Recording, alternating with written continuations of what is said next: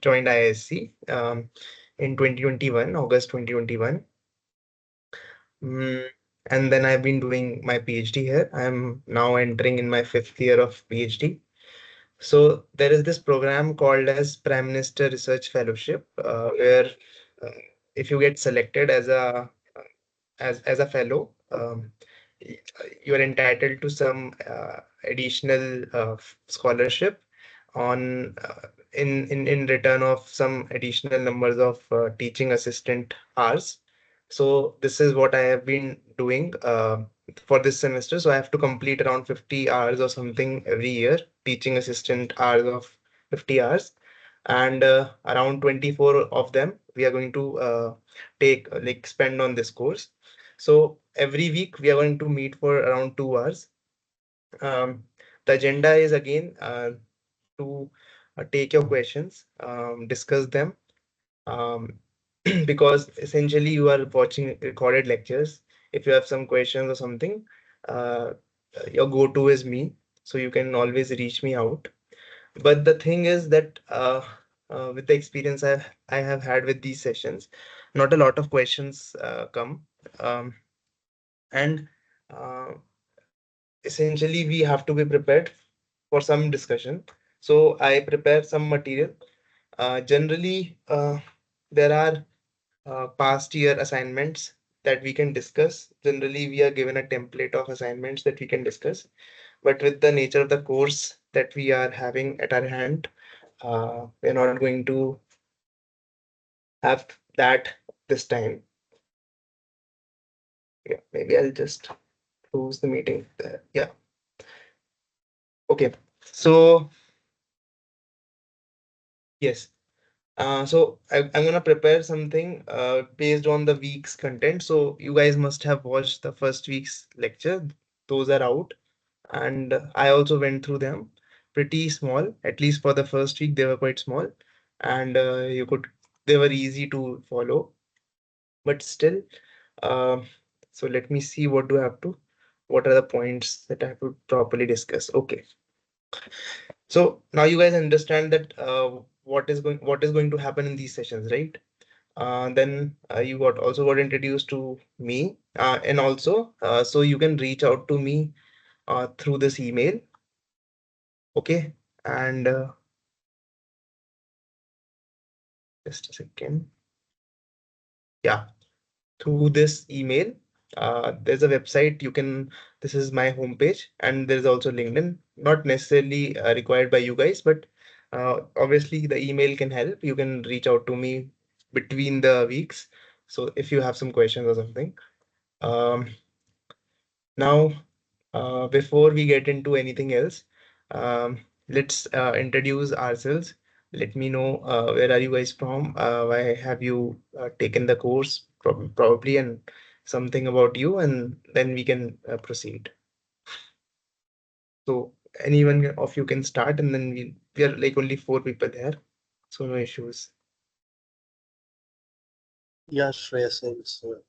Hi, good evening. This is Good Ashok. evening. Yeah, like basically, I'm from Andhra Pradesh. Right now, I'm working in a tire industry called CF Limited. So, Mm-hmm. so I'm into simulation background. Basically, I'm interested in understanding the background, like magic box of the simulation, like what the commercial softwares do. So that made me interest to take up this course from NPTEL. And you have done your bachelor's. You're a master's student, and or you're a bachelor's. Yeah. You're a No, I did bachelor's. my master's, like bachelor's in mechanical and master's in materials. Okay. Okay. Yeah. Great. Yes. Okay. Good. Nice. So what simulation softwares, particularly any software that you are particularly interested in, or Yeah, in right general? now in our organization we use Abacus mostly Abacus is for finite performance. elements, right? Yeah, yes. Okay. Okay. Good. Nice. Okay. What about other people? Shivang?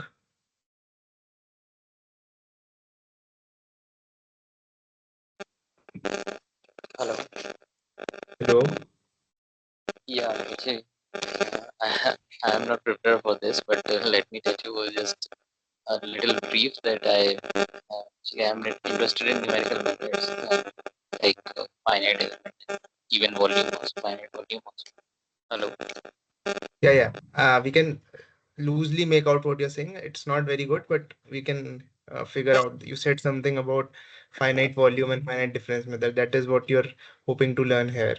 That actually that I know, and even finite element also. But the thing is like just have like an overview of again having the overview of the numerical technique and getting a little deep into eigenvalues especially that I'm more Okay. interested in, and converting it into that coding part is also Okay. interesting. Sorry, Shivank, your mic is a little bit very noisy, so can't make out much of it. So I'm not asking any questions. I didn't completely understand it, but I understood that you want to learn coding and all. So it's okay. Yeah, keep it mute. It's better because otherwise there is a lot of noise that is coming. That's okay. We don't need too much of, yeah, that's okay. Welcome to the course. And yeah, what about Gayatri?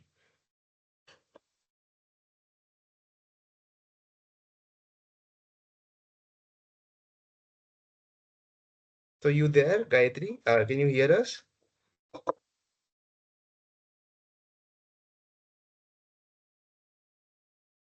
Probably she's not there, it seems. Hmm. Can you hear us, Gayatri, or should we move ahead?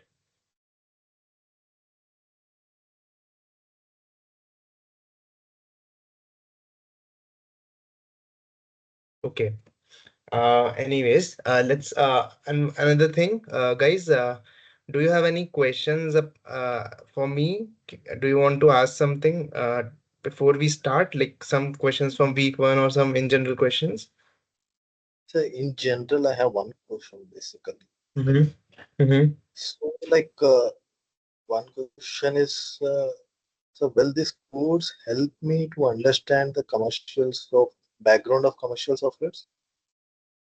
Okay. Like what you told, like because I was using Abacus. Hmm. So what the Abacus code does, can I have a idea of after pursuing these codes, anything like that? How can Okay. these codes help me to understand that thing? Is what basically Okay. is the question. I'll answer. Try to answer that. What about other people? Any other questions?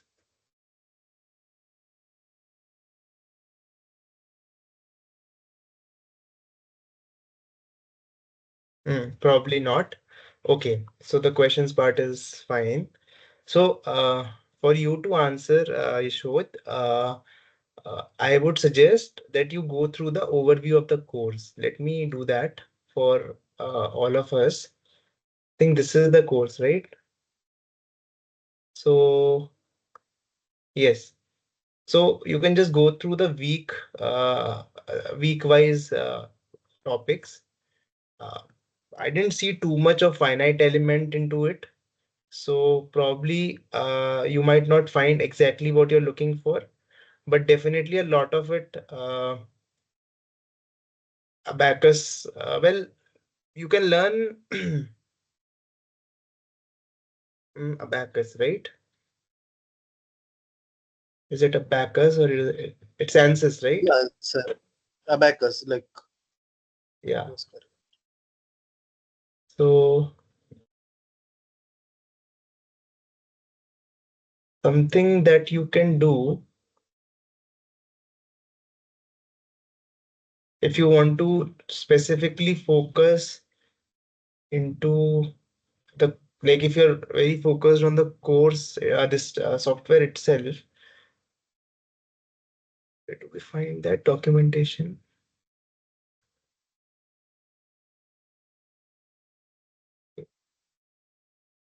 Think. So let me see. No.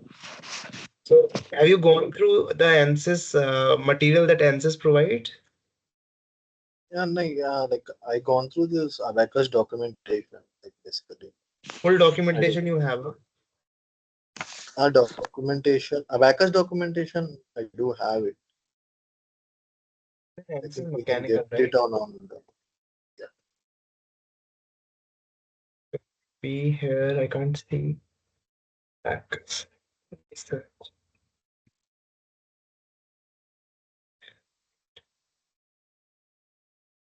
There is a lot of material, like ANSYS student also has a lot of material on the software. So if you're very specifically interested in knowing about how the back end of the software works, exactly you can never well, can't even say that.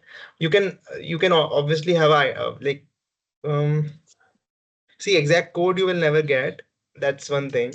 You can't exactly figure out what is going on. Like what, like the one, like you can't get the exact code, but obviously ANSYS, Abacus, or Fluent, or any software for that matter, follow the same numerical method principles.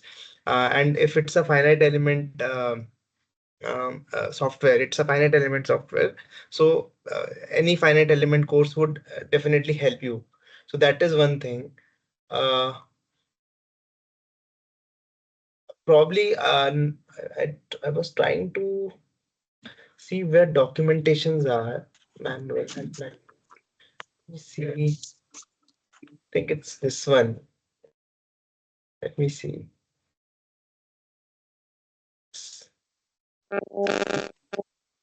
Because mechanical it is in, it's in the mechanical one, no? Mechanical. I think APDA. Right. Okay.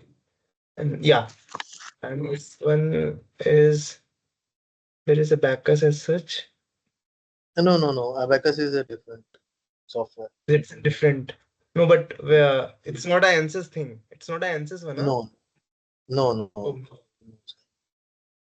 not an You ANSYS can one. type Abacus documentation. You can type directly Abacus documentation. Okay. I thought it's a ANSYS mechanical.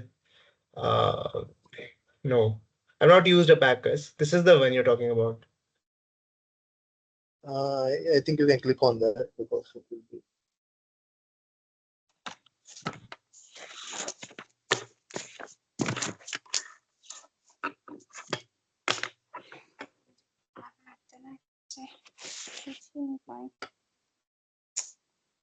I think not this one. It's Abacus.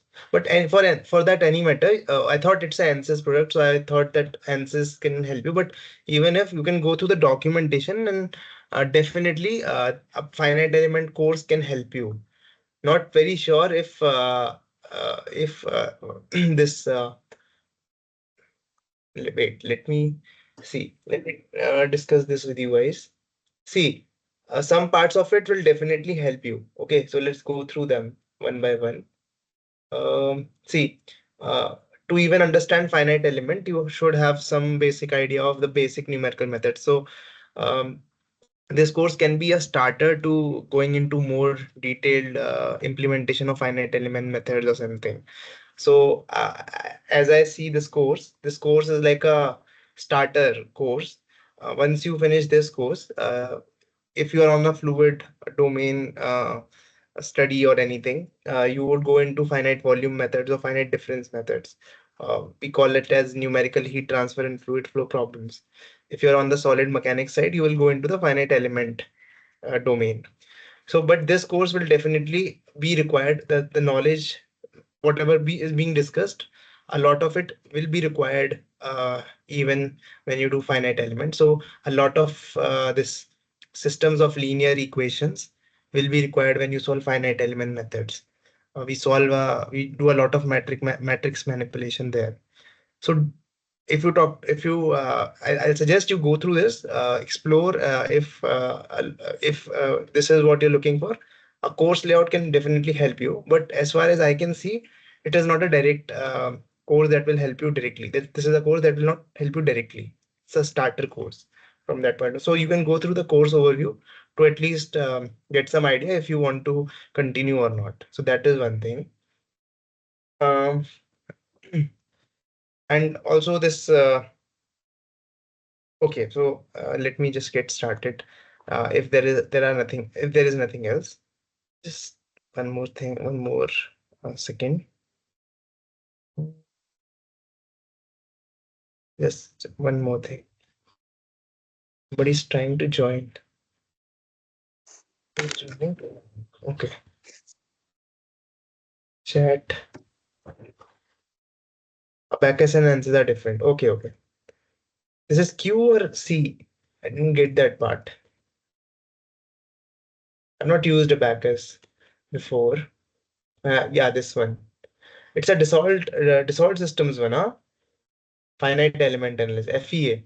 I think FEA based course will be more helpful to you. If you want a directly helpful course, a FEA based course will be more helpful, I think. But definitely you can explore few classes, even see if it's helping. Otherwise, you can just discontinue. So that is fine. Let me let me start with the material that I have prepared. Today was a introductory session, and I also wanted to keep it very uh, aligned to the so some of you guys are on not on mute. If you guys are not speaking, you can just put yourself on mute. Yeah, that will be yeah. You Gayatri were there, right? Would you like to introduce yourself? You were the only one left who didn't introduce her. You, would you like to introduce yourself, or should we just move ahead? Uh, Yes, sir. Sir, there are some issues. My name is Gayatri, Mhm. and I'm an assistant professor. Sir, I just know about linear and sorry, sir, Linear and mhm. linear and non-linear fixed point iteration, and how to find in any programming language. So, You do know about programming languages or you don't? yes, sir. Just Okay, know about. okay. Let me see what exactly is fixed point iteration. Is it a regression technique?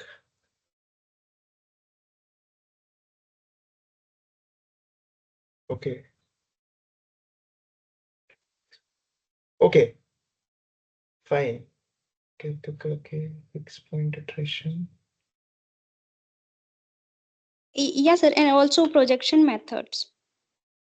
Okay, probably not. Oh, Newton-Raphson is one of the methods. Okay, so root finding. Probably, yeah, fixed point means root finding only. Okay, fine. Okay, so probably you will find a little bit of repetition in the first few weeks of the course, but let's get started. So, okay, so guys, probably I think this course is more towards finite difference method, like and finite difference or finite element or finite volume are all numerical methods.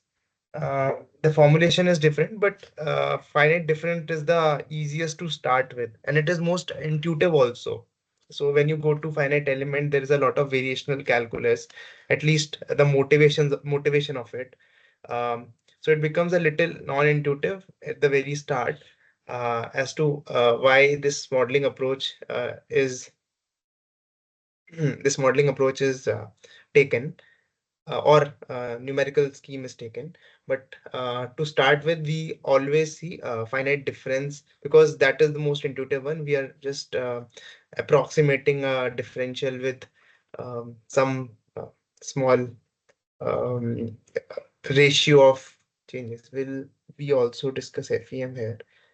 I don't think so, particularly not, at least not in the courses, in the content of the courses. So I suggest you guys go ahead and explore the course layout. Quickly go. These courses are also available on the internet. So it's not that you can just look at the week today that week's course. You can just go through the courses, see what is being discussed, and see if what is being discussed is going to help you. I was planning something on to compare the three numerical approaches. I was planning that in the coming weeks, we discuss a finite difference versus finite volume versus finite element. But to be honest, I'm not a finite element guy. So if you're thing like if you are expecting something very core in finite element, I don't think this course will be much helpful. You see, finite difference is something that we will particularly be working with, or finite volume. So yeah, and there's also a reference to the books that are being followed. So that will also be very helpful. See, the courses that let's look at the course content of this book, which has been given as a reference. So the way I would do it is rather discuss the content that I have prepared. Let's look at it. Okay, so look at this picture, and this is exactly what we are going to discuss uh, in this course. And essentially, it's a overview of the numerical methods, and we'll apply them at least in the live interaction sessions. Essentially, what are numerical methods? What type of numerical methods are there? What kind of problems are we solving with numerical methods? Is nicely summarized in this image, or maybe I'll open the book only.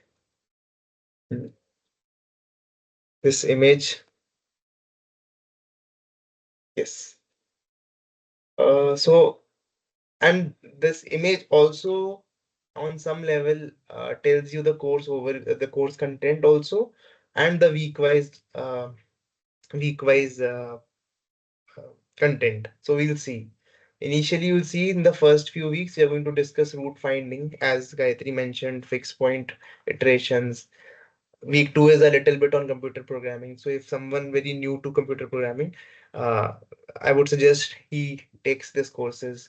Then we are going to discuss something as called as system of linear equations. Okay, so the first part, the root finding, um, that is basically if you have some function and you want to find fixed points, or the points at which the roots of that function. We are going to discuss numerical methods to do that. That is one kind of a problem. So that is one. The second one is if you have a system of equations, if you have more number of variables and the equations remain linear, then what are the methods? You'll see that those methods also, the rigor that is required to solve seemingly simpler linear equations is also quite high, depending on the nature of the system of equations. You'll see that not one method, like there are better methods depending on the system of equations. Shivang, okay, yeah, it's better that you use chat because muting, yeah, that audio issue was there. Yeah, should I wait for your question? I'll wait for your question. So I see that he's typing, so I'll wait for his question, and then we'll discuss whatever is there.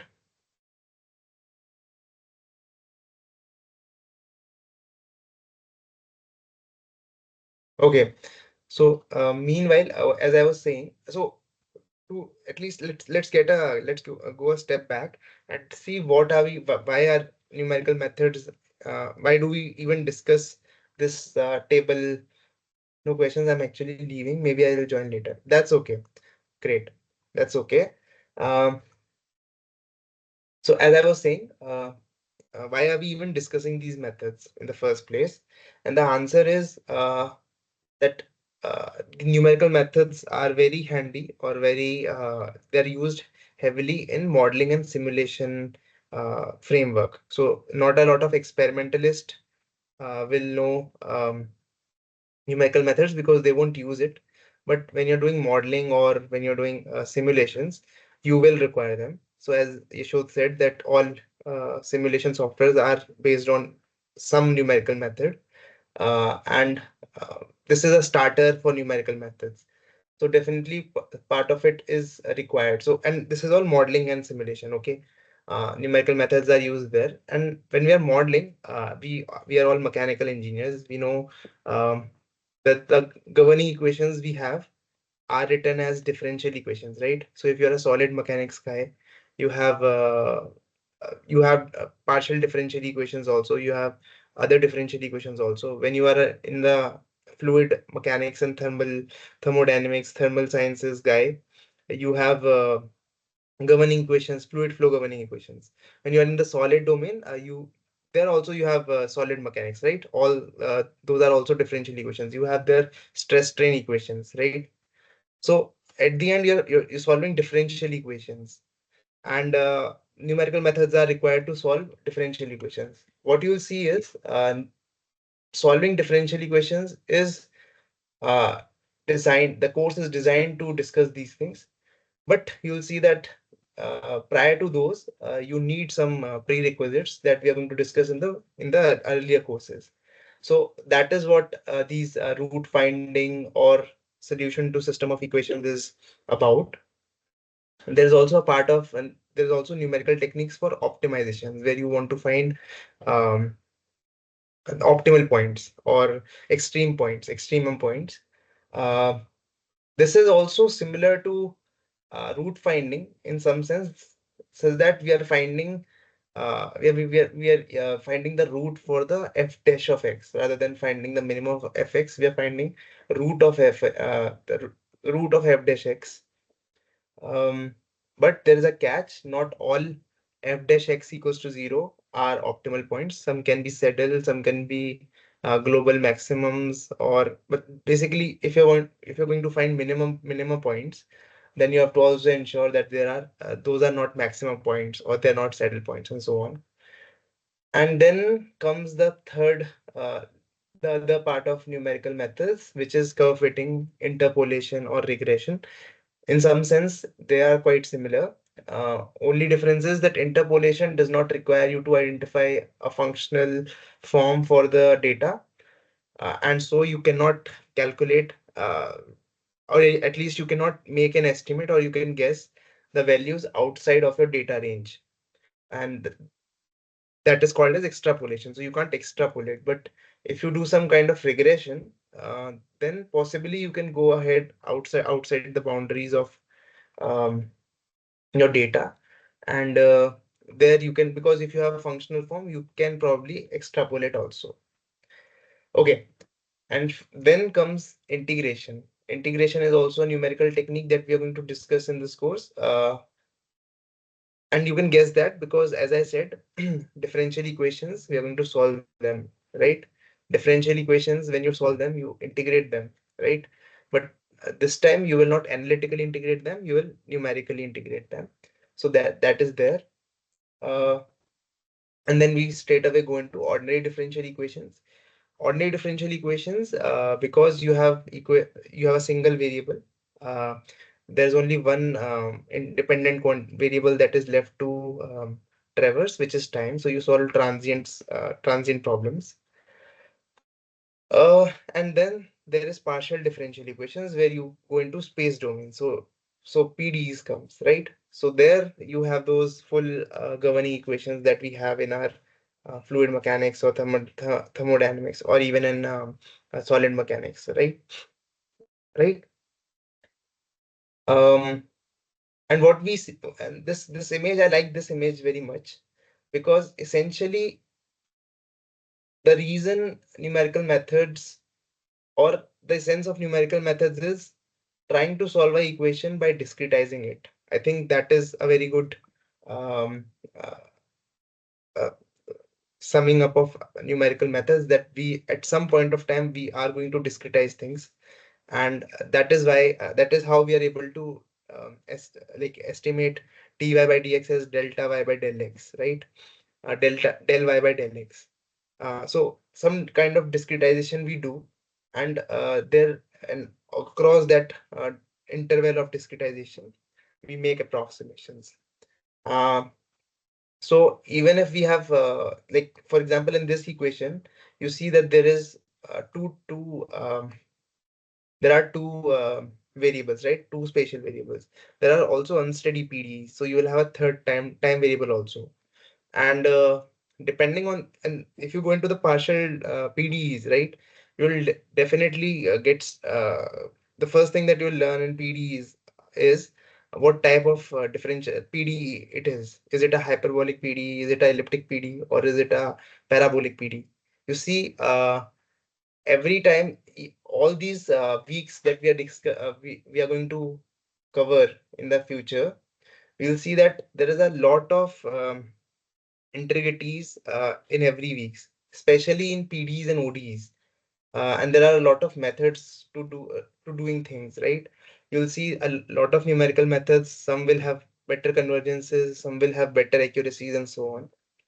And I see this course as more of an applied numerical methods rather than figuring out, focusing on why a numerical method is better, or why um, such some method is better, or why this what is going into the background of a numerical method.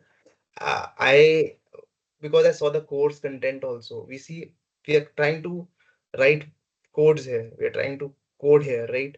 We're trying to implement these numerical methods rather than trying to understand these numerical methods. And on some level, if you want to write a code, you have to have some basic understanding of how certain numerical method works, but not going too deep into it, but and just simply applying it to solve a problem. That is the intent of this course, I believe. So didn't want like this course is not going into too much into um, the specific problems. Like for example, let me uh, Anchor. So let me open one book, or let me open this book only.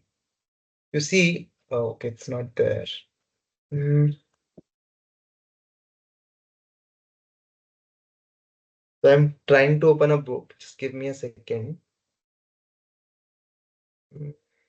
Hmm.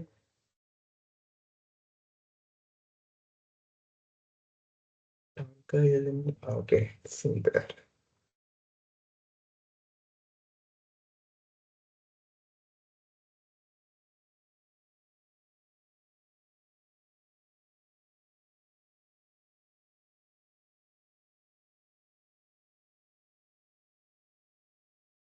Yeah. So this is maybe if you once complete this course, the next thing that you get into is going into the details of the problem. So as Yashoda asked, Abacus deals with solid mechanics, right? We're not going to look into solid mechanics or any problem or fluid mechanics as such. So you see, the course content is very generic. It is not specific to any problem. It's not a problem specific course. But if you go into problem specifics, for example, I'm showing to you heat transfer and fluid flows. When you go into those details, you see there are other additional complexities. So this is like a level one. The our course that we're dealing with is level 0. This can be a level 1 course. You see that depending on the problem, is it a heat conduction problem? So basically, heat conduction problem means the partial differential equation that you're solving. Is it a heat conduction problem, or does it also involve convection or diffusion? Does it have other things? So dependingly on numerical method or numerical technique has to be changed. So I'll give you a very practical example before I start what I have planned today. Let me give you a good example of why this course is actually indeed required um, to solve things. You see, another thing which is important is the first important uh, chapter in this book, which is like a level 1 in numerical methods, is heat conduction. And as I told you, it's a partial differential equation. You see, partial differential equation is the last topic that we are going to cover in that book.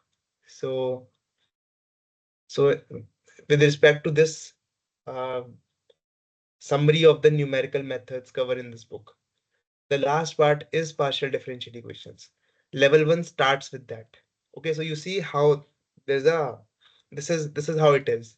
So if you are sure that you know a lot about, like, if you're comfortable with level 0 stuff, then you can definitely go ahead and look into more advanced courses on FEA or FVM, finite volume method. Finite difference method, I think, is pretty simple, and you will be able to figure it out using this course itself. It's not a very advanced thing, finite difference method. It's very intuitive. You can quickly go through them. Okay, and as I was mentioning, let me give you a practical example of how things affect. Okay, so I was my research is also into a lot of modeling and simulation, and I have also written a lot of numerical, like a lot of code. I have used a lot of numerical methods. Um, One more point is that this course will not teach, at least your expectation from this course or any numerical method course should not be that I will be able to write a numerical method. You should not know um, how Rungakutta method works. You see, RK4 method, there are a lot of RK4 methods, you know. There's RK445, I'll show that to you. So, solve ILP. I'll show this to you. This is quite interesting. So in numerical method courses, we learn Rungakutta. Rungakutta is one integration technique, integration strategy. I'll show how there are a lot of Rungakutta methods. There is RK45. Okay, this is one Rungakutta method of order 5. There's RK23, Rungakutta method of order 3. There are other techniques also. So there are explicit methods. There are implicit methods. Okay, depending on our problem, we are going to we are going to choose from the numerical methods that are available to us. Okay, so at least for my case, what happened was I was working with a problem where RK4 was pathetic. Okay, while this backward difference method or this implicit Rungakutta method was fantastic. And that was happening because there was a stiffness in the system. So we'll discuss what a stiffness is. So the, the point I'm trying to make here is that we need to know a little bit about the numerical methods to at least even choose from them. Like the course is not designed for you to master RK4, but for you to make a choice if RK4 is a better numerical method for me or uh, backward difference method. So for example, uh, in ANSYS Fluent, right? We have upwind schemes or we have second order schemes. Which scheme would be helpful for us? So those kind of things is something that will be with that conscious decision we will be able to make. So that is what I wanted to point out. So what I was saying in about my practical example was there was a stiffness in my system. Stiffness meant that my system was evolving. Maybe I'll give you an example only. Wait. Mhm. So what I was trying to do was, let me open this presentation. This is not meant for you guys, but anyways, it does not matter. Okay, so I was trying to model a heat exchanger. Okay, you guys know a little bit about heat exchanger. We are exchanging heat between two fluid streams, and I was looking into the transients of it. Okay, what I figured out was because I upfront started with a finite difference scheme, and I was not using I was writing on all my code all my code only.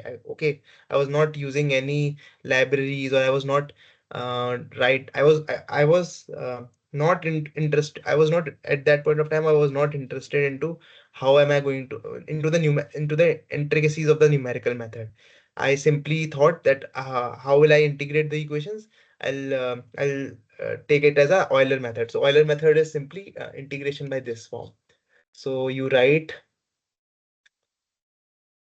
I'm just giving you an example. The whole point of it is just to tell you uh, some personal experience.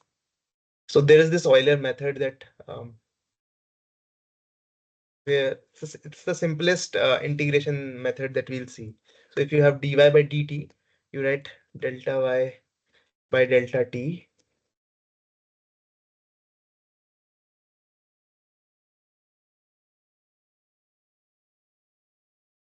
Okay, so and so this implies that y plus is y plus dy by dt into delta t. Okay, this is what you will get if you just do a simple first order discretization. This is the simplest one. I thought I'll do this. I don't require any numerical technique or anything, numerical method or anything. I don't need RK4. Even if I will improve on it, but I'll start with this simplest one. This is what I had thought, but I failed with this miserably. Okay, this did not work for me. And the thing was, why did it not work for me? Because this is a very poor numerical technique. It can work for simple cases, but if you are working with a very slightly complicated case, this will quickly fail. And I'll tell you why it fails. In fact, even for my case, RK4 failed miserably. So I'll tell you what I was doing. I was solving an equation of such sort. I'll tell you. I was solving.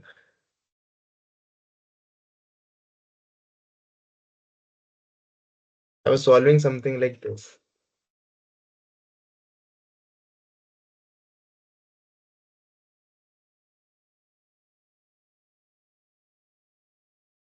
It was a simple transport equation, something like some source term minus q. This term was there. Okay. Um, this was the equation I was solving, and as I told you, I simply substituted this governing equation um, as this.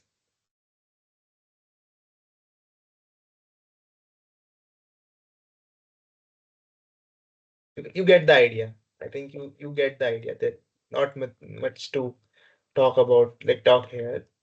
One important thing, and I was just doing this. I thought this should work. If and the whole point is that this should work. In principle, this is enough. This is enough for anything. This is there is nothing wrong with this thing, because in the limit delta x and delta t goes to 0, this should give you the solution. There is nothing wrong here. The terribility comes when you go as you increase delta x and delta t. That is the problem there. Some certain numerical techniques work very well. Certain numerical techniques work very well when your delta x and delta t are large, but some of them will not, and that is what we want to explore. So in my what was happening in my transient heat exchanger problem was, there were two processes that were taking place at the same time. Okay, and you guys can quickly see that. So no, I want to open this one only. Yeah, so you can just quickly see that also. See, there are two processes going on. There is a there is a fluid flow across. Suppose there is a counter flow heat exchanger. Okay, it's a message or something. No, everything is okay. I'm recording also, right? Record, that is important. Yeah, recording. So as I was saying, yeah. So as I was saying, that suppose there's a counter flow heat exchanger or some double pipe heat exchanger you assume. Okay. Let me see if I have that image with me or not. Don't. Okay. Actually, I was not planning to discuss this part of it, but suppose there are there's a fluid that is flowing on top of this pipe and one flowing inside this pipe. You see, there's a time scale associated with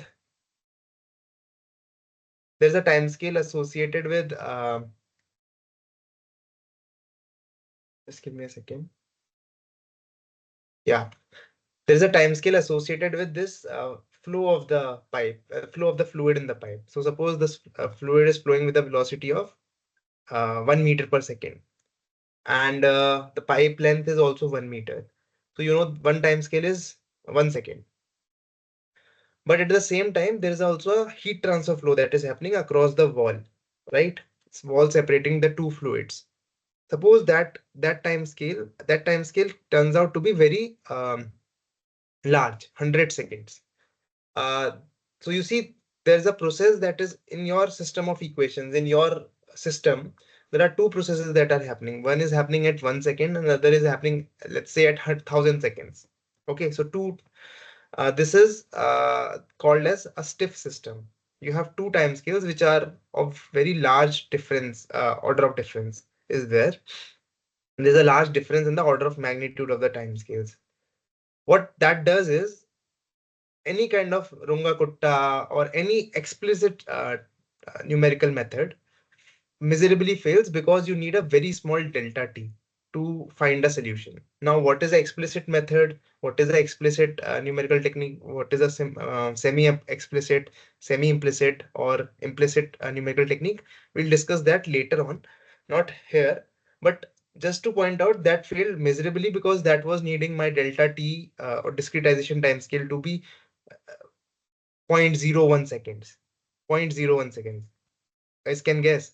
So suppose if my whole process is taking, let's say that the time scale which I talked about, that is 100 seconds, 1,000 seconds, right? Let's say I need 10,000 seconds of simulation, but I will have to have discretization of 0.001 seconds or something. To suppose, see how much, like how crisp or how inefficient this numerical technique is. If I just simply use this one or any RK4 method for that matter, we'll discuss those. Probably we'll discuss that aspect of it. Um, but to just so you guys understood that this part of it. Should I move ahead? Uh, you have any feedback to give or something you want to tell about this, or if I left anything incomplete? Because now I'll just quickly move to things which I had planned to show you guys to start off our discussion today.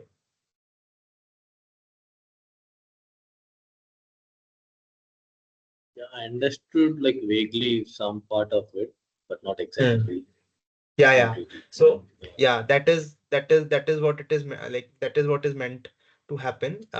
Nothing will be very clear today because this is the first class, and also I'm not gonna discuss any technical thing today. But So yeah, one you doubt I get was the. having is, can I Mhm. ask one question? Mhm. You can Like always in ask that, this. yeah, in the slide which you are showing. So one thing I was like, no, the present one, text. Yeah, This one. yeah. So you were telling like in finite difference method, which basically we will be taught in this course.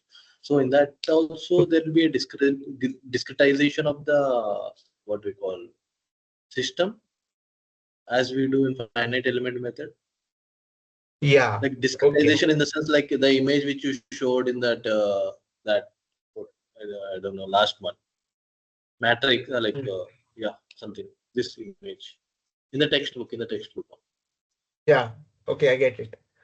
Okay. So the point, yeah, all numerical methods will have discretization. That is a very core thing, at least for a from a modeling point of view or a simulation point of view. Discretization is an inevitable feature of numerical methods. What differentiates it from a finite, is it a finite difference or finite element, is your approximation of differentials or your approximation. Yeah, that is what it is. So different so loosely speaking, the this is a finite difference technique that I had shown. This is called as a finite difference technique because you're directly and again, an important aspect is finite difference methods are used to solve differential equations. Uh, Finite volume or finite element methods are not meant to solve differential equations. You can definitely do them by some reformulation, but finite volume or finite um, element methods are solving what do you say? They're solving conservation equations, to be precise. Um, they're not solving differential equations, and there is a difference. So finite volume methods ensure that you have so it's locally solving conservation of mass, conservation of energy, and conservation of momentum. Okay, locally it will ensure that finite, and essentially what you're doing is that locally you consider a small volume of fluid or volume of solid. Okay, in a finite volume method. In a finite element method, you have basis functions. It's a different formulation of doing the same thing, similar stuff, but the formulation is different. But there also, uh, so you break, what you do is there also, I think finite element method. Uh, I'll have to see if finite element method solves.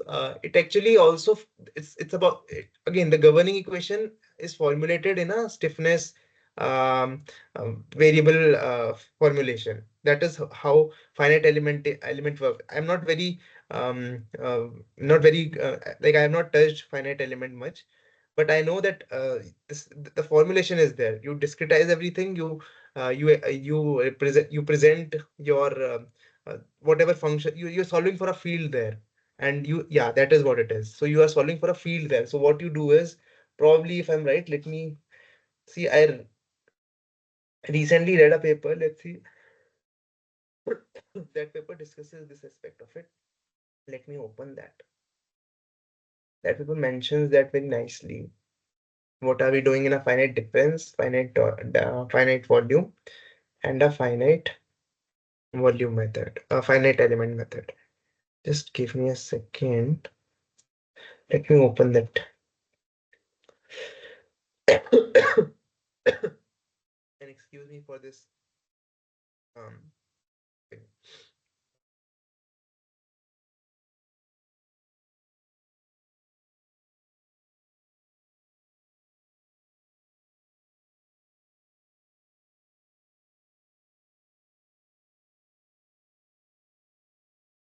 okay. See, this paper I read specifically for the teaching thing that we are going to do um, um, in this course. And this compares very nicely. It compares the three schemes.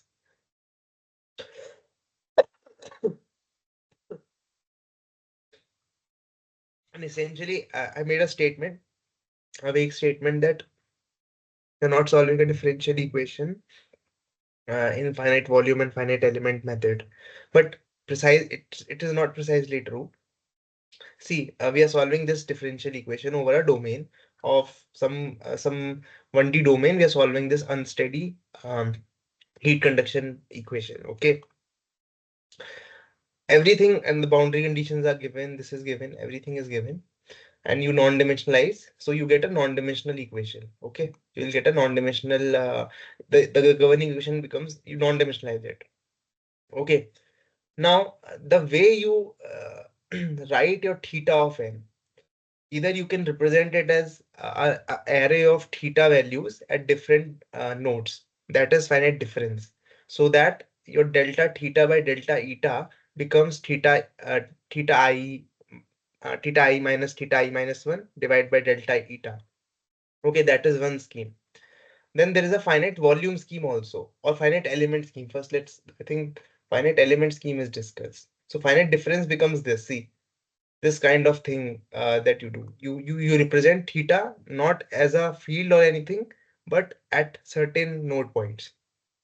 When you go into uh, finite element method, you don't deal with data points. You don't deal with points. You deal with fields. You deal with functions, and that is why variational calculus comes in. So now, although and you have basis functions for that. Okay, so you're dealing with continuous functions. You're not dealing with some data values at some certain locations, but still it is a discretization. So you see, discretization happens, but across between I1, this is finite element only.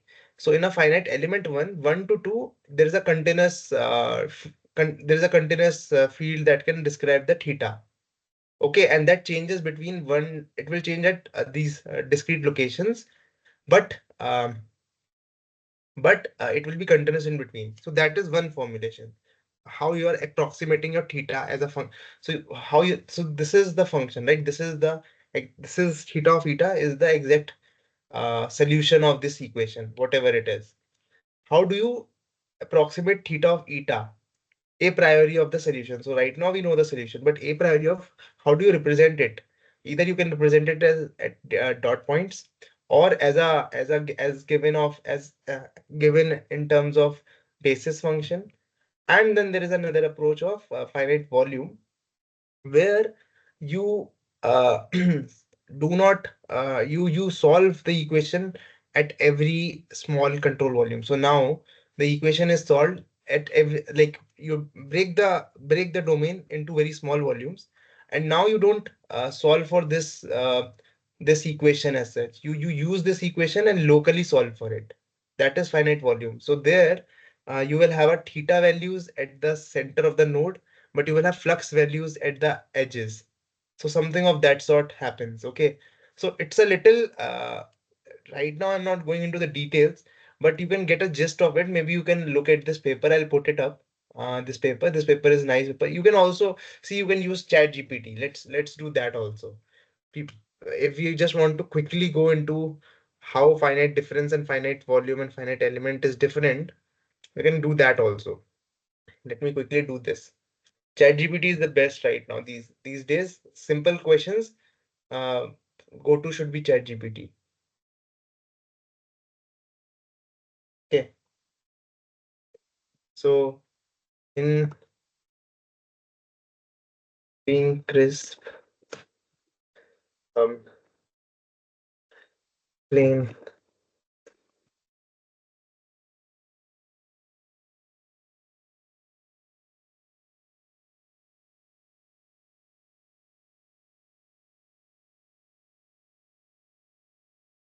approximate derivatives at grid point, as we discussed. So there are grid points there. Um, Finite volume method conserve fluxes across control volume. So we are not conserving fluxes in finite differences or as such. We can see that very nicely. Maybe we'll discuss that at some point. And then finite element uses shape function or basis function to approximate solution. So the formulation is a little different. It's only how do you approximate the derivatives or anything. Okay, so that is one thing.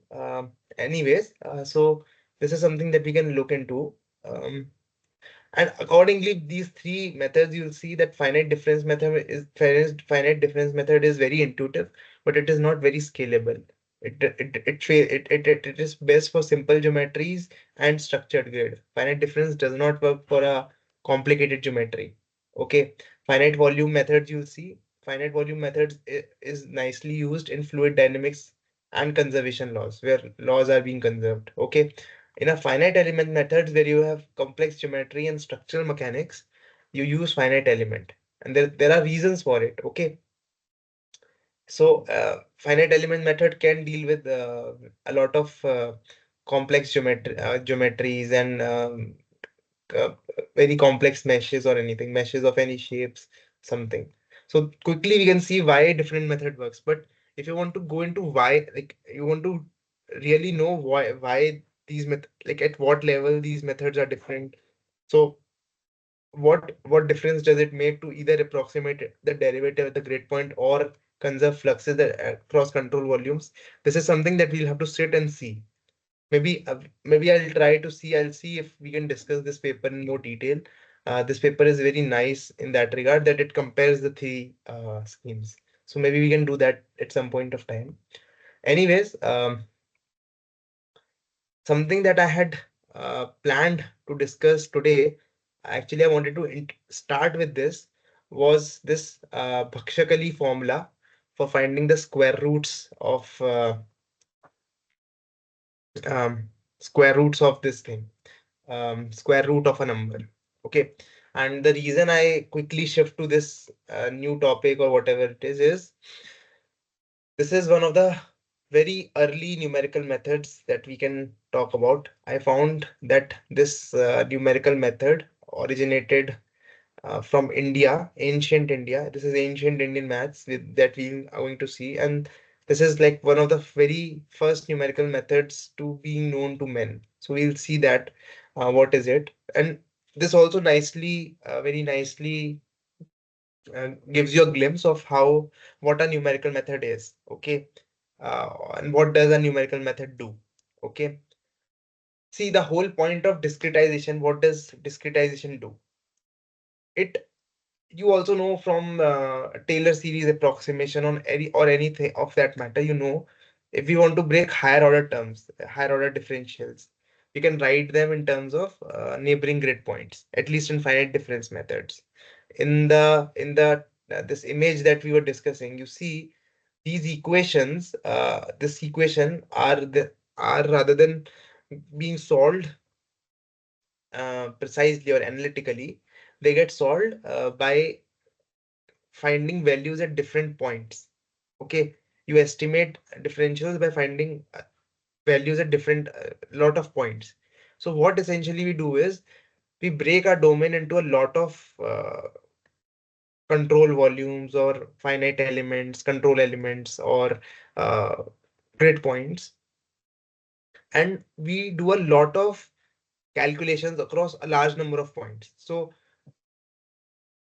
and solving a problem analytically, you have only one equation or a couple of equation, but it is harder to find in a closed form. But all numerical techniques do one thing: they break down this one single problem into a large number of equations or large number of equations, and those equations are solved using arithmetic operations.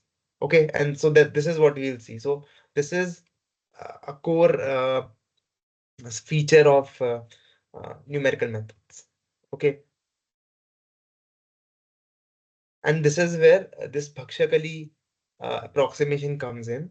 Um, Bhakshakali approximation was this ancient formula which said how do you find the under root of some number. Okay, and this was just a formula for us. But as you will quickly see, this becomes a root finding algorithm, or this is a numerical method in itself. We'll see that. So just to give you an example, let's take some example. Um, let's take some example. Do you and or maybe I'll go with the example that I have taken. Let's say I want to find the under root of 38. So what does this Bhakshagali formula say is that you find the nearest under root or sorry perfect square that you can find close to this number that you want to find the root of. So 38. Let's say we say that 36, so 6 is the nearest perfect square. Okay, so what it says is you find the perfect square, you find the difference it has with that perfect square. So 38 minus 36, 6 square is 2. You keep track of these two numbers, a and d. Okay, and then you perform certain arithmetic operations around them. You find d by 2a, then you find d square by 8aq. You also find d square by 8aq plus 4ad. This formula, this is a weird formula. The under root will be exactly equal to this. Like it will not be exactly equal, it will be very close to this. So you see, if I do this arithmetic operation, what I find is the value comes out to be 6.1644144. The exact under root is this. You see how close they are, and you do this by just a large, like you see the problem. Finding under root of s um, analytically is a little difficult. At least you see, we can find under roots using using calculators, right? You can't find an under root otherwise analytically, at least, right? We can't find an under root analytically. Um, and especially when you don't have in the ancient time when this method was available or was invented at that time, there was no calculus there. So there was no calculus also available to us. At that point of time, finding this like complicated problem, breaking it down into a number of steps, and then finding a very close solution is something what grasps the core idea of numerical methods. Okay. Similar example we'll take another example, maybe some example of your choice. If you would like to just give this formula a try, you can just take some example and see how this works. Okay, so let's do that. Do you guys wanna give me some number, some random number, and see how this formula works? Sure, like some random number, some any digit, right? Yeah, any digit. 9349. 9349. That's it, right? Yeah, Okay. 9349. The only catch with this Bhaksharikali method is that we also need to find the nearest perfect square. Which is also okay. Do you, so we know that 1000, it's 10,000, right? 10,000 is, yeah. so we can use 100, right? Let's see how good do we get a guess. So I just use this whole all formulas I have put in. We'll see how close do we get. So under root of s is 96.69 something. You just check on your mobile also. That's perfectly fine. The value that you get, look at this value. This is the final value. 96.69.96.69024. You see, it is up right up to 4 digits. Quite close, right? And Yeah, it is. I think Calculator is if I giving go 96.96. even if I go even closer, no, you'll see that it gets even closer. So if I give 96 or 97, it will be very close. You see, if I go to 96, it gets you so close. So quite nice to see that in ancient time people were able to figure it out. Okay, So and one question I'm yeah, having, sorry to mhm. disturb. No, Like, that's okay. Totally. like you were telling this is one method. Like, is it similar Hmm. to Newton's Raphson method? Like, where that can that also be used Yeah, to find the root value?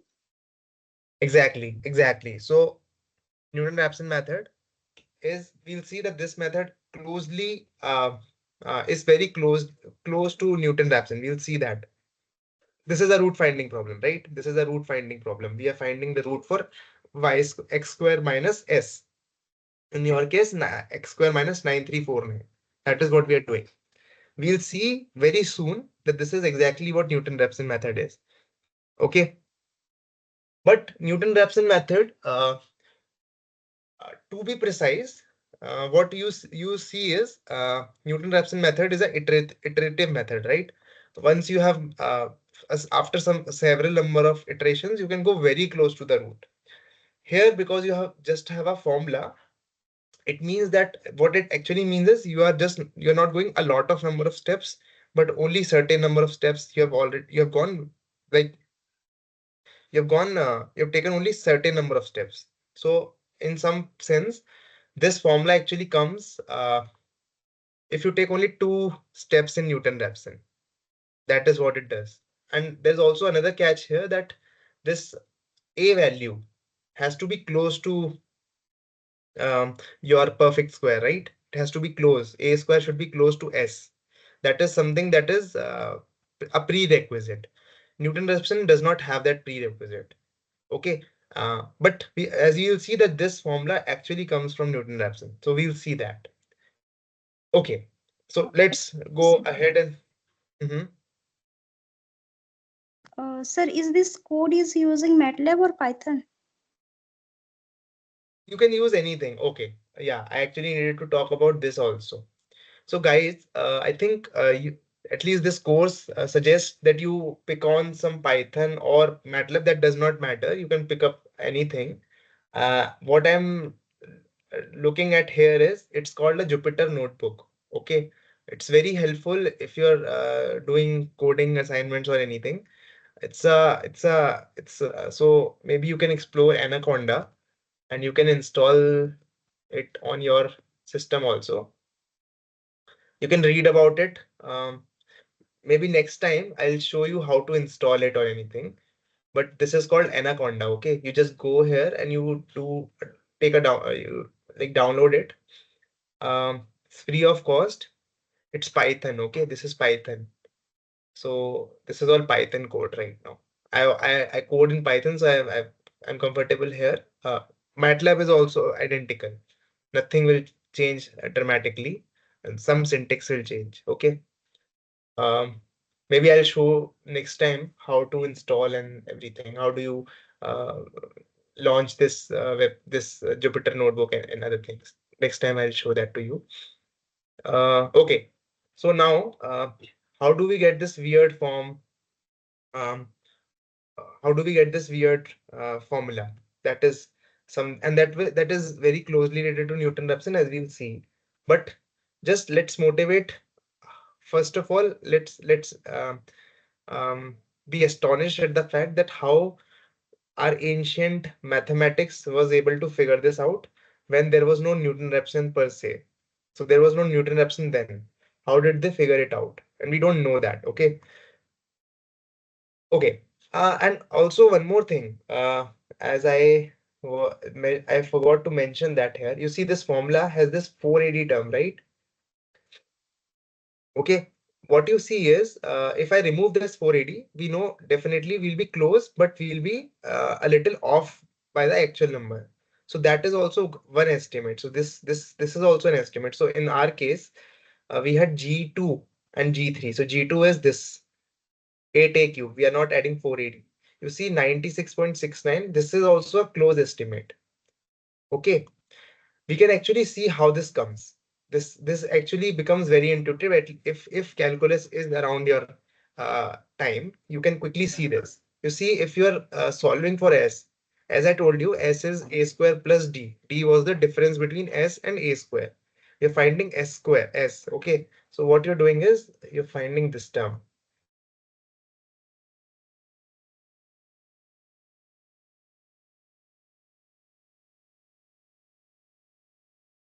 You're finding this. Okay.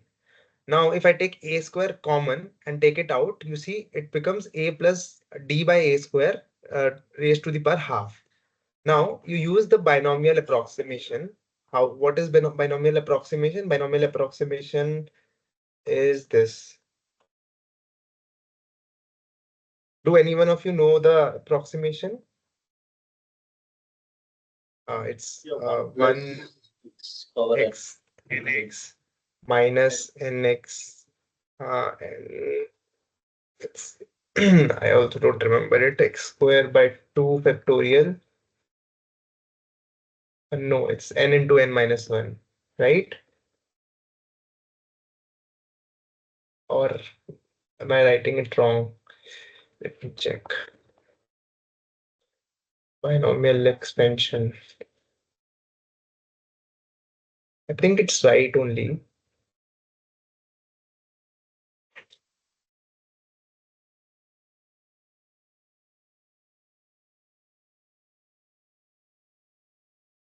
Okay, and then you have plus. Wait, this is a plus sign only, I think. I don't remember it as such.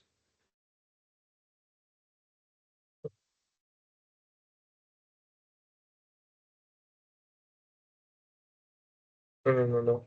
I'm writing it incorrectly. Yeah, this is fine. This is how it is supposed to be. Yes. Yeah, that's fine. Right?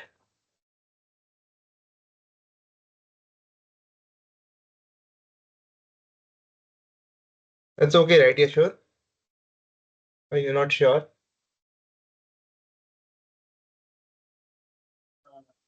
I think it's 1 minute. Let me check. I'm not sure. It's one is removed, is it?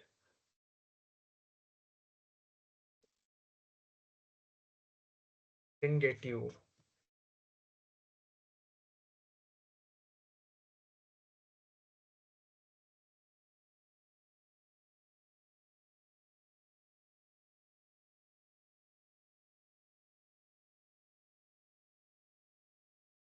Yeah.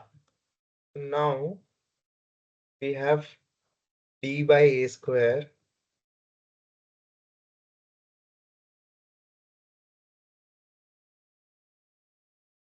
Wait. So this.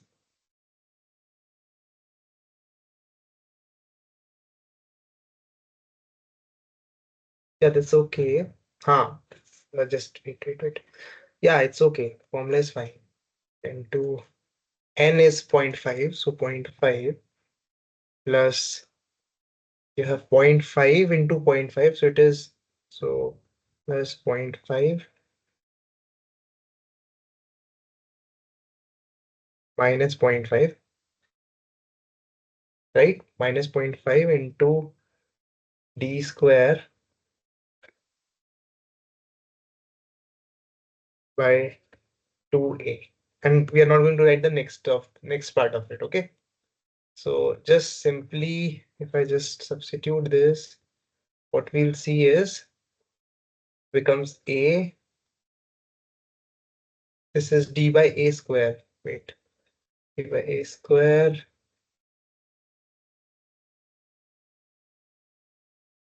This is also 4, right?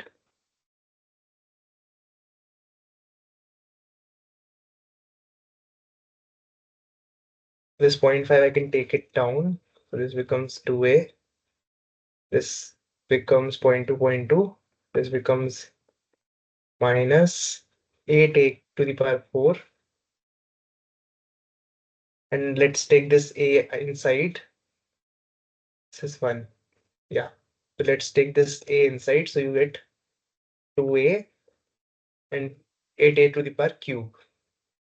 Okay. So this is exactly what we get, at least in this formula, right? Half of almost all of it is there. So at least 2 approximations we have made. We have what sort of approximation we have done? We have done the approximation till to the power of x square. So d by a square to the power. Yeah. No. Yeah. So if your d by a square is small, at least these 3 terms are suffice. That is what we are saying. The interesting thing is, how do we get this 480? Clearly, if you add more terms, right? If you add more terms, you're not going to get that 480. That is an important thing, because then you will have terms like d to the power cube. There are no terms of d to the power cube in the denominator, at least. So that is not the way. If you go into higher terms, no, that way you are not going to get that 480. That is the astonishing part. How did they figure it out? It is not through this way. Definitely it is not through this way, because one is calculus was not there at that time. So this formula is from 4th century, 4th AD. Okay. Calculus was not there at that time. How did they figure it out? They figured this one out probably um, using a numerical technique, and we'll see that. Okay. So now I'll introduce the numerical technique, this Bhakshagali formula as a numerical technique. So what we are going to do is, um, yeah. So the numerical technique is you take any guess. That is the scheme. Let me just not write the scheme. Let me just show this to you. So the scheme is that you take any guess. You take a guess. Okay. You want to find the under root of some number, and you take a guess of a. That is your guess. And you do this same thing. D becomes your difference between s minus a square. So s and a square. D is your difference. Okay. The recipe is the guess that you take. You divide s by guess. Okay. This is your second number, and you take an average. So what you do is the guess you have, you divide s by your guess, and you take an average. That will be your next guess. Keep doing this, doing this, doing this. You're going to approach the under root. Okay, this is the scheme. So let's do this one thing with the previous example. Okay, let's do this one thing. Let me take guess of 100. Okay, then what I'm going to do next is 9349 divide by 100, and I'm going to take an average of this.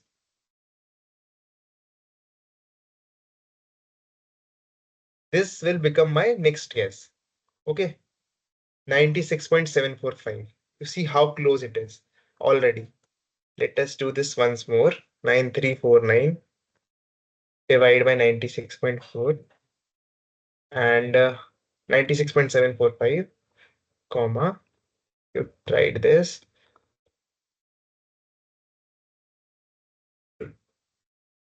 96.69, you're already there. In 2 steps, you're already there.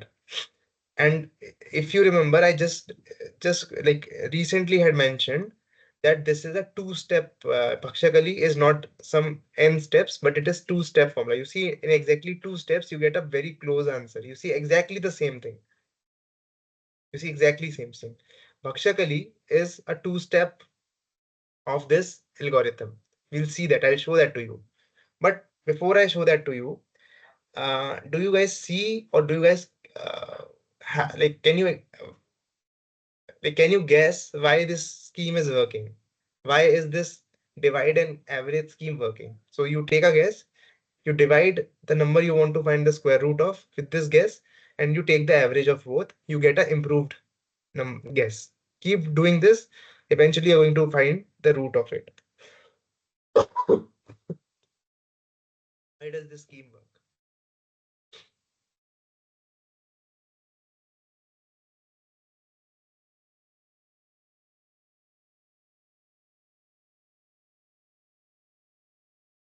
No idea, right? Okay, that we'll discuss. Maybe I'll end the discussion there and today's session there on showing why this works. But before that, let me just quickly show why the Bhakshakali formula is actually equivalent to the scheme. Okay, and this is a little manipulation that we'll have to see.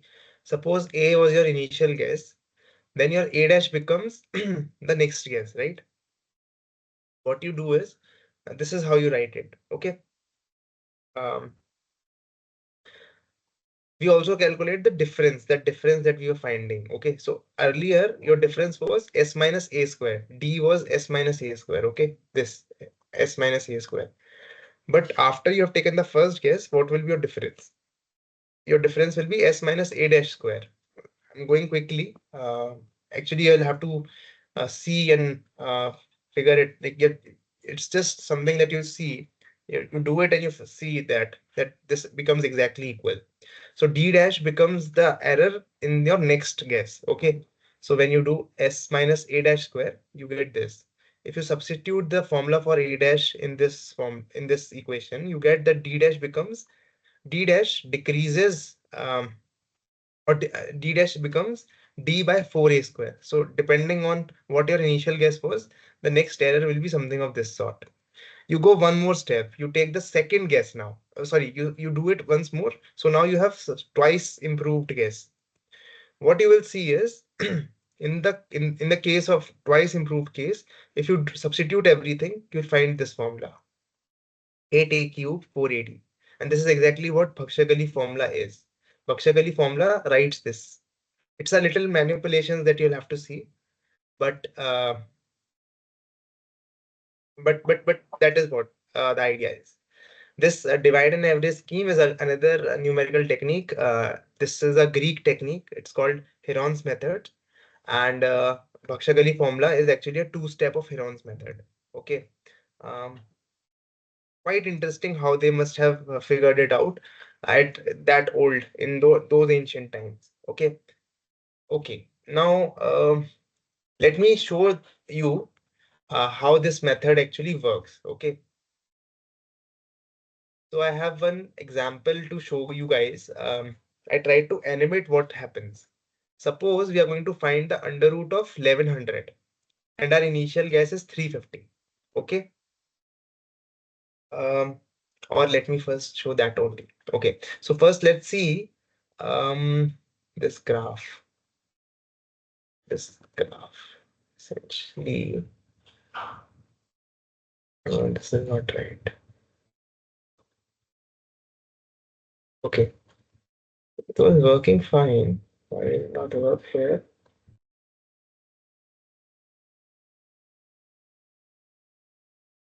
Just give me a second, the code is running. Okay, I did not run. It ran. See what you're doing. Suppose you want to find the under root of some number. Okay, say S.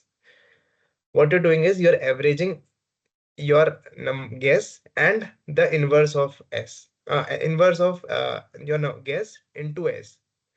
If I plot X and S by X, this is what the graph you will get. The two the two graphs will meet at the point of the root, because A equals to S by A becomes A is equal to under root of S. Okay, positive real root. Again, important thing, A is positive real root.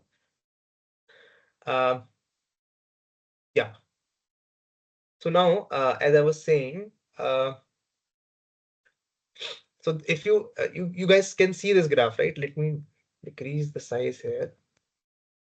You can see this graph.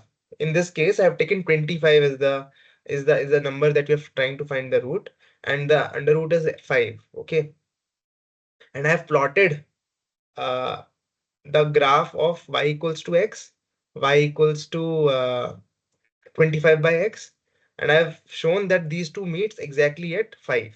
Okay, if I move along x and choose a guess, what we'll see is, if I find no matter what guess I choose, these two values will always bound the root of your under root. See, left of it, your 25 by x is above the root value. Root value is this dashed line, and y equals to x, or the your guess is below the under root value. Okay, right inside the thing is opposite. So whenever you guess a value for the under root of a number, either you can overestimate you can overestimate the under root, or you can underestimate it. But essentially, by um, dividing your guess by the number you want to find the square of, you're you are averaging, and when you average it out, you go closer to it. So you see, whenever we choose any estimate, whenever we do a guess and average it out, we go closer to the this y equals to line. You see, this line is y equals to under root of 25. No matter what guess you take, you always go closer to this line. Okay, and we'll see this.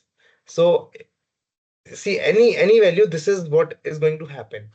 So let me quickly show you guys how this divide and average method looks like, and then yeah, then we'll discuss how it is equal to Newton-Raphson and try to close things. Okay, so yeah. Oh no, wait.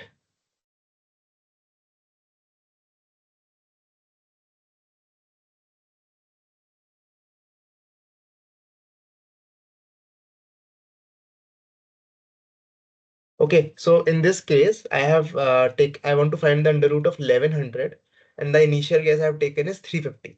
Okay, don't focus on the code, just look at this animation. You average things out and you move ahead. Again, a next guess, you average it out, you find the next guess. You see that the guess value is going closer to this green line.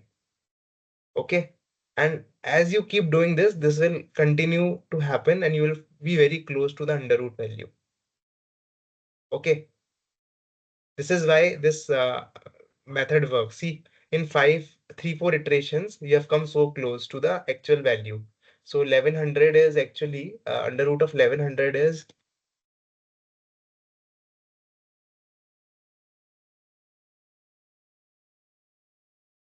33.16, and you have already reached to 36.5 in 5 guesses when your guess was so wrong. 350. What is 350 square?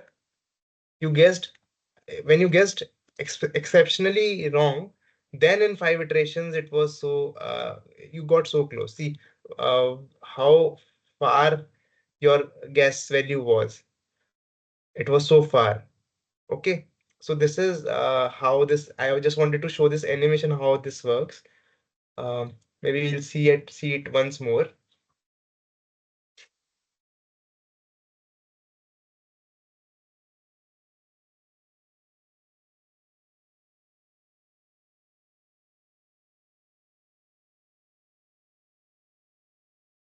Are you guys able to like get a sense from this animation, or are you able to understand what is going on? Yeah, kind of. So it's okay. Okay. Now, okay. Now, how is it exactly equal to Newton-Raphson? So Newton-Raphson says, let me open it up. Wait. See, Newton-Raphson says that if to find the root of any number, your next guess should be of this sort.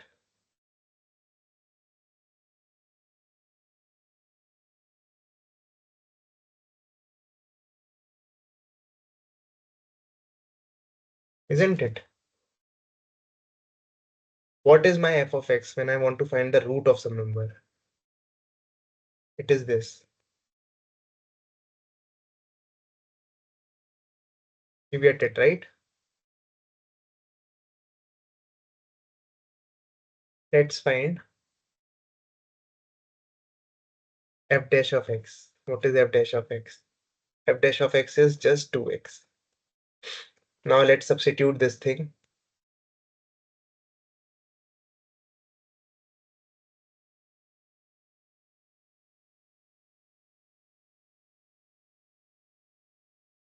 In our equation.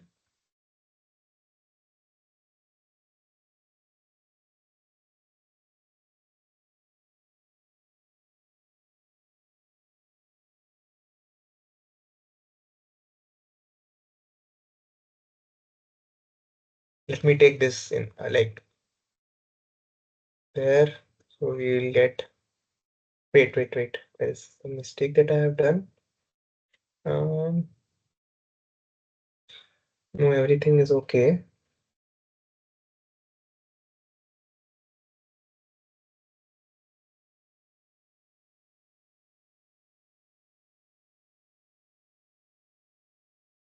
Made a mistake somewhere.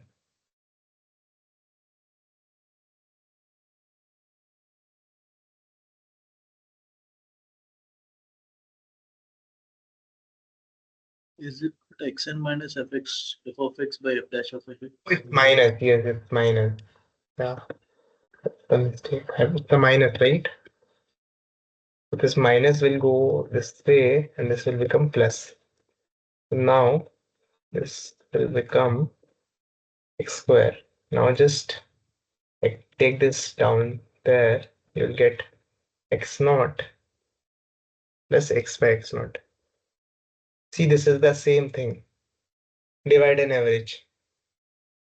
So this, although Newton-Raphson was not identified, was not there at that time when Heron's method or Pakshakali formula was there, it directly related to Newton-Raphson. So it's a specific case of Newton-Raphson per se.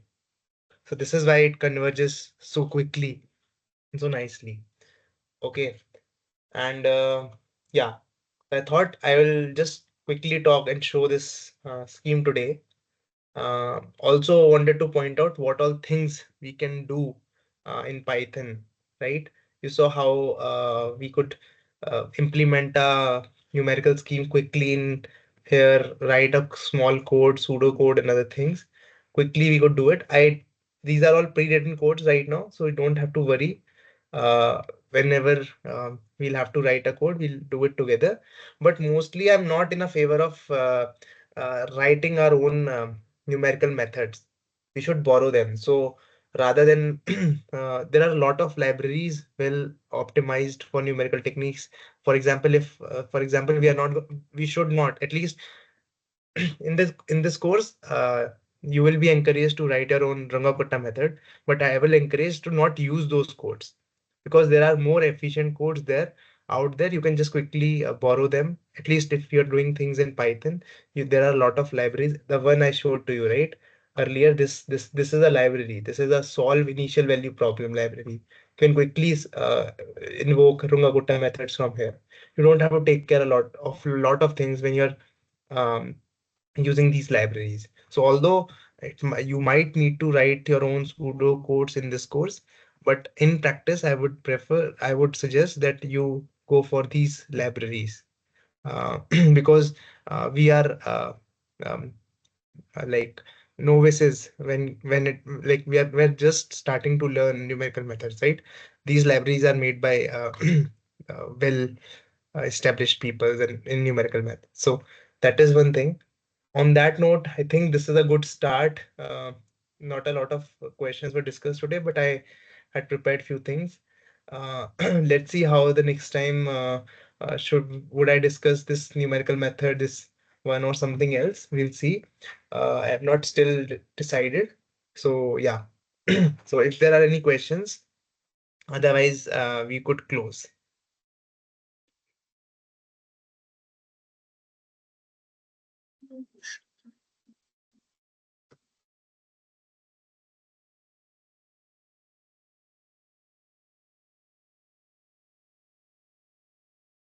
Yeah. So if you guys do not have any questions, you can just leave. That would be okay. Sorry for the hiccup today earlier about the meetings link. I'll request, yeah, I'll request the NPTEL people to update the link. Okay, I'll do that. Thank you, Yashod. Thank you so much. Yeah. So I'll leave too then. There are no questions. Meet you next time. Bye.